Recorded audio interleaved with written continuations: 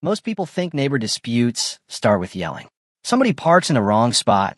Somebody's dog tears up a flower bed. Somebody gets a little too comfortable after a few beers, and suddenly the whole street knows about it. That's not what happened to me. What happened was a lot quieter than that. And honestly, I think that's what made it so unsettling. Because every summer for 3 years, my neighbor somehow ended up with a little more of my backyard than he had the summer before. And the strangest part? He seemed completely convinced I would never notice. I live in a small subdivision outside of town called Ashwood Ridge, the kind of place where people wave when they drive by even if they don't know your name. Most of the houses were built in the late 80s, back when neighborhoods were laid out carefully and property records were still treated like sacred documents instead of suggestions. My house isn't impressive. Never was. It's a simple ranch-style place with faded brick, a detached garage, and a backyard that backs up against a line of old maple trees. What sold me wasn't the house. It was the lot. I remember sitting across from the realtor nearly 15 years ago while she spread a plat map across the table. "Everything inside these lines is yours," she said. Simple sentence, but it meant something to me. Maybe because I'd spent most of my 20s renting apartments where walls were paper thin and every square foot belonged to somebody else. Ownership felt different. Permanent. The first major thing I built after moving in was the fence along the eastern side of the property. 6 feet tall. Pressure-treated lumber.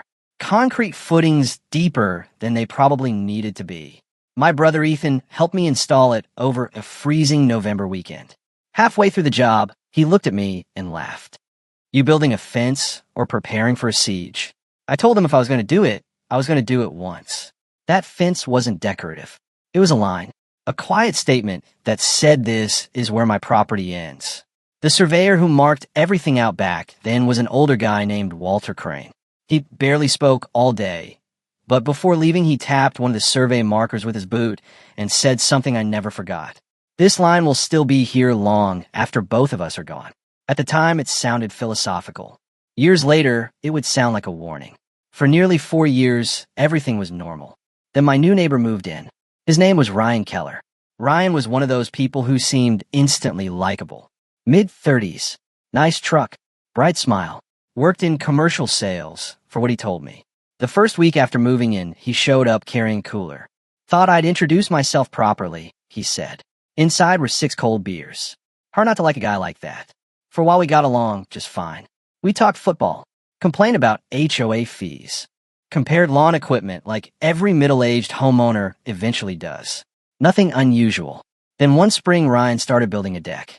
And when I say deck, I don't mean a couple boards and a grill. This thing looked like it belonged behind a luxury vacation rental. Composite decking, built-in lighting, custom railings, a huge pergola, an outdoor kitchen. At one point, I watched contractors trench a gas line from his house all the way into the backyard.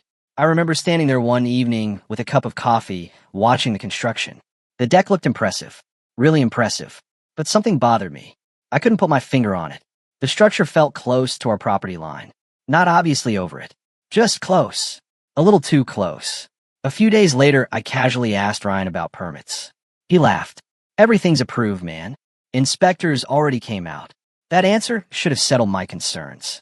And honestly, it did. At least for a while. Because I wasn't looking for a fight. I wasn't looking for trouble. I trusted that if the county approved it, then everything was probably fine.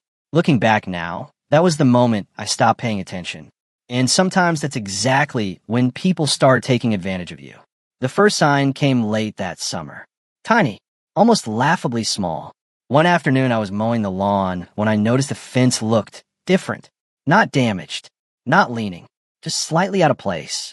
I stood there staring at it longer than I cared to admit. Then I grabbed a tape measure from the garage. The distance between the fence and the corner of my garage seemed shorter than I remembered. Not by much. Maybe a foot. Maybe less. The rational part of my brain immediately dismissed it. Memory is weird. People remember things wrong all the time.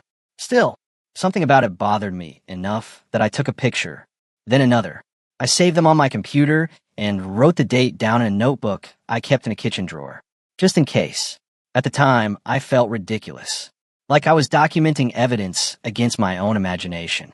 But as I stood there looking out at the backyard that evening, watching the sun disappear behind the trees, I couldn't shake the feeling that something had changed. And for the first time, a thought crossed my mind that I wasn't ready to admit out loud. What if that fence didn't move by itself? For a while, I convinced myself I was overthinking it. Life has a way of helping you ignore uncomfortable questions when you're busy enough. Work picked up, my daughter Emily got engaged, my weekends filled up with errands and family visits, and before I knew it, fall turned into winter and winter disappeared beneath spring rain. Then summer came back, and so did the feeling. I had been away for 3 days, attending a conference in Nashville. Nothing exciting, just endless presentations, bad coffee, and conversations that felt important at the time and completely forgettable afterward. By the time I got home, all I wanted was to sit in my backyard with a cold drink and enjoy a quiet evening. Instead, I walked outside and immediately froze. The fence looked wrong again. Not maybe wrong. Not possibly wrong. Wrong. I felt it before I measured it. The same way you can walk into a room and know somebody moved your furniture even if you can't explain how. I grabbed my tape measure and headed straight for the garage corner. The number stopped me cold. Another 18 inches. Gone. I checked it twice. Then 3 times. Same result. My stomach sank. I went inside, pulled up the photographs from the previous summer, and started comparing everything. The driveway crack, the shadow angles, the spacing between the fence and the maple tree. Every reference point told the same story. The fence had moved. Again, this wasn't memory. This wasn't weather. This wasn't settling. Someone had physically relocated a section of my fence. And suddenly all those little doubts I'd been pushing aside came rushing back at once. That night, I barely slept. I kept replaying possibilities. Maybe contractors accidentally bumped it. Maybe repairs were made. Maybe there was some explanation I hadn't considered. But every scenario fell apart the moment I remembered those concrete footings. I had installed them myself. Those posts weren't sliding anywhere without effort. The next afternoon, I finally decided to say something. I found Ryan loading golf clubs into the back of his SUV. "Hey," I called. He looked up and smiled. "What's up?" "You walked over casually?" At least I try to look casual.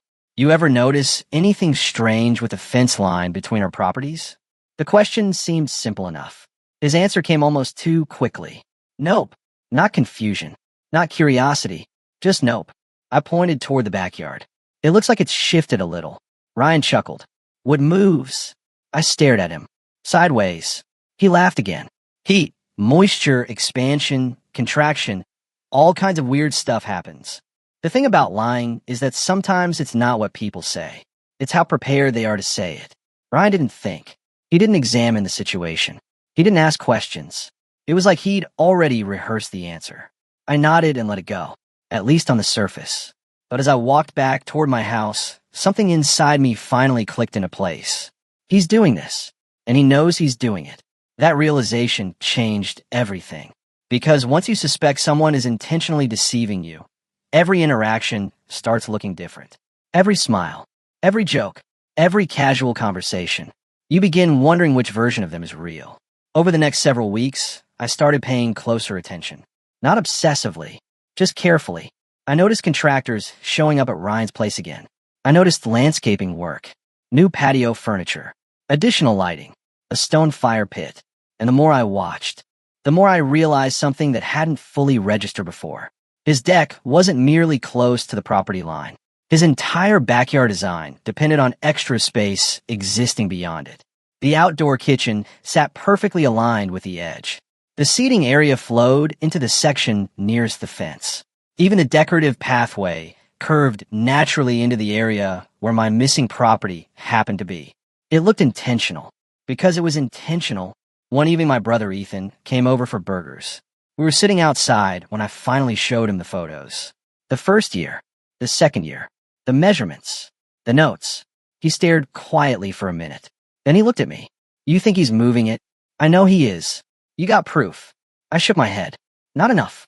Ethan leaned back in his chair. "Then get proof." Simple advice, but it stuck with me.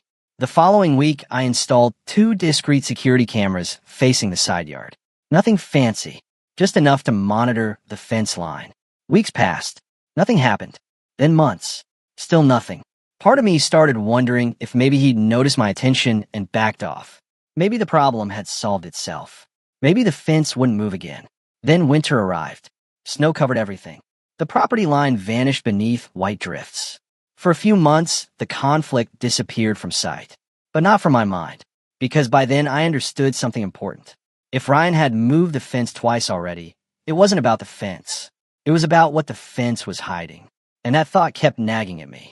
What exactly was he trying to cover up? The answer came unexpectedly the following spring.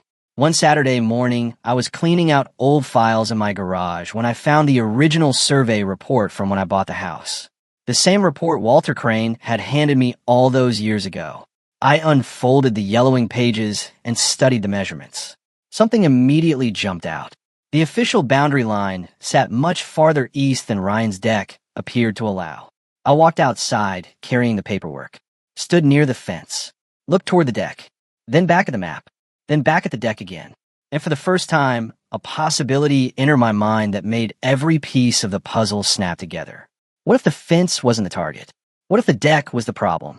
I spent the rest of that afternoon measuring visible landmarks and comparing them to the original documents. The more I checked, the worse it looked. By sunset, I wasn't wondering anymore. I was worried, really worried, because if I was right, this wasn't a disagreement over a fence. This was an encroachment, a serious one, and if that turned out to be true, it would explain everything. The shifting fence, the rehearsed excuses, the confidence, the timing, the need for those extra feet. That night, I sat alone on my back porch long after dark. The neighborhood was quiet. Porch lights glowed across the street. Crickets chirped in the distance. And I kept staring toward Ryan's backyard, toward that deck, toward the structure that suddenly seemed much larger than before. Not physically larger, just heavier, like it was carrying a secret. Finally, I pulled out my phone and searched for licensed surveyors in the county. The next morning, before I had time to talk myself out of it, I made the call. And 2 weeks later, a surveyor named Marcus Holloway showed up with GPS equipment, metal detectors, and a look on his face that suggested he'd seen every kind of property dispute imaginable. At the time, I thought he was there to tell me whether I was right. I had no idea he was about to uncover something much bigger than a moved fence. Marcus arrived on a Tuesday morning carrying enough equipment to make it look like he was preparing for a space launch instead of a property survey. He wasn't particularly talkative. Honestly, he reminded me of Walter Crane, the surveyor from years ago. The same calm confidence, the same quiet attention to detail. He spent the first hour locating original survey pins buried beneath decades of dirt and grass. Every time his detector beeped, he'd kneel down, brush away soil, verify coordinates, and enter information into a tablet. I followed him around for a while before finally asking the question that had been eating at me. So, am I crazy? Marcus smiled slightly. No. Then he returned to work. That answer should have made me feel better. Instead, it made me nervous. Because if I wasn't crazy, then something else was true. Something much worse. Around noon, he called me over. I immediately knew something was wrong. Professionals have tells. Doctors have them. Mechanics have them. Surveyors apparently have them too. Marcus was staring at his screen with the expression of someone double-checking numbers he didn't expect to see. He measured again. Then a third time. Then he walked toward Ryan's deck. Measured again. Finally, he looked up. Well, he said quietly. That one word felt heavier than a paragraph. What? Marcus pointed toward the fence. Your fence is approximately 3 feet inside your actual property line. I stared at him. 3 feet. Not inches. Feet. Years of gradual movement suddenly became real. But before I could even process that number, Marcus delivered the second punch. The deck is the bigger issue. My stomach dropped. How much bigger? He looked toward the structure. Based on these measurements, the deck extends approximately 4 feet onto your property. For a second, I honestly thought I'd misheard him. 4 feet. Not close to the line. Not near the line. Over the line. 4 entire feet. Suddenly, every strange feeling I'd had over the previous 3 years made perfect sense. The fence wasn't the goal. The fence was camouflage. Ryan hadn't been stealing land because he wanted extra grass. He'd been hiding the fact that his expensive deck had been built where it never should have been built in the first place. And somehow that realization made me angrier than I expected. Not because of the land, because of the planning, because it meant every conversation we'd ever had about that fence had been a performance. Every smile, every excuse, every casual shrug. He knew. The entire time he knew. Marcus completed the report 2 days later. Stamped, certified, detailed, undeniable. I printed the entire package and drove directly to the county building department. Part of me wondered whether I should talk to Ryan first. Maybe give him one final chance. Maybe be the bigger person. Then I remembered standing in his driveway while he looked me in the eye and blamed weather for a fence moving sideways. That memory made the decision easy. I filed a complaint, officially, and then I waited. About 10 days later, I came home from work and saw a county inspection vehicle parked in front of Ryan's house. 2 inspectors were walking around his deck carrying clipboards, measuring, photographing, talking. Ryan was with them. Even from a distance, I could tell things weren't going well. He wasn't smiling anymore. His hands were moving constantly while he talked, pointing, explaining, arguing. At one point, one of the inspectors simply shook his head and pointed toward the survey markers. The conversation lasted nearly an hour. That evening, just before sunset, Ryan showed up at my front door. No beer this time. No smile either. I opened the door. He stood there with his jaw clenched. You filed a complaint. Not a question. A statement. Yeah. His eyes narrowed. You could have talked to me. I actually laughed. Not because it was funny. Because I couldn't believe he was saying it. I'd have talked to you. When? Twice. Silence. I continued. You told me with moves. His face tightened. For a moment, neither of us said anything. Then he tried another angle. The survey's wrong. I shrugged. The county doesn't seem to think so. That hit harder than he expected. He looked away, then back at me. You have any idea what that deck cost?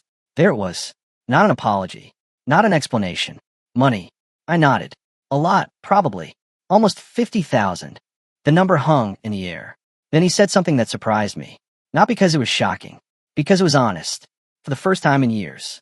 They might make me tear it down. I looked past him toward the backyard. Toward the giant structure that had caused all of this.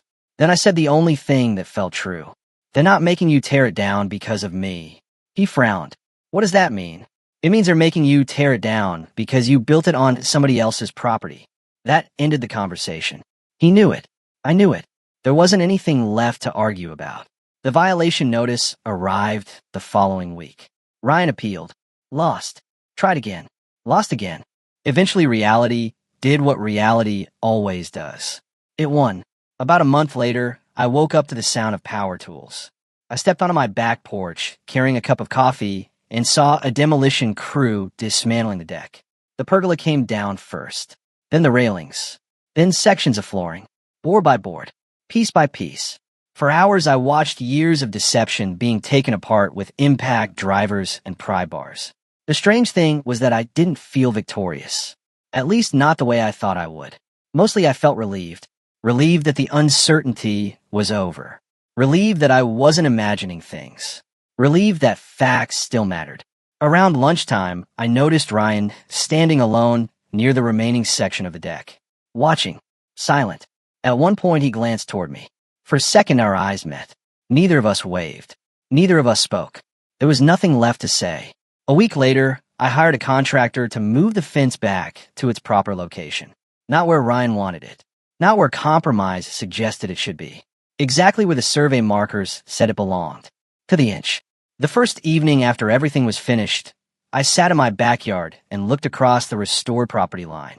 The space felt different. Not larger. Just honest. Like something had finally been returned to its proper place. Ryan still lives next door. We don't talk. Probably never will. Some people hear this story and say I should have handled it differently. They say neighbors should work things out privately. They say involving the county was too extreme. Maybe they're right. But here's the question I keep coming back to. If someone takes a foot of your property and you let it go, what happens when they take another foot? And another? At what point does being reasonable become being a pushover? I honestly don't know. What I do know is this. Property lines aren't really about land. They're about boundaries. And once people learn they can move your boundaries without consequences, they usually don't stop moving them. But maybe you see it differently. Maybe you think I should have given Ryan another chance before filing that complaint. Or maybe you think I waited too long. So tell me this. If you were in my position, what would you have done? Would you have gone straight to the county? Would you have confronted him one last time? Or would you have let it go and kept the peace? Drop your thoughts in the comments, because I'm genuinely curious where people draw that line.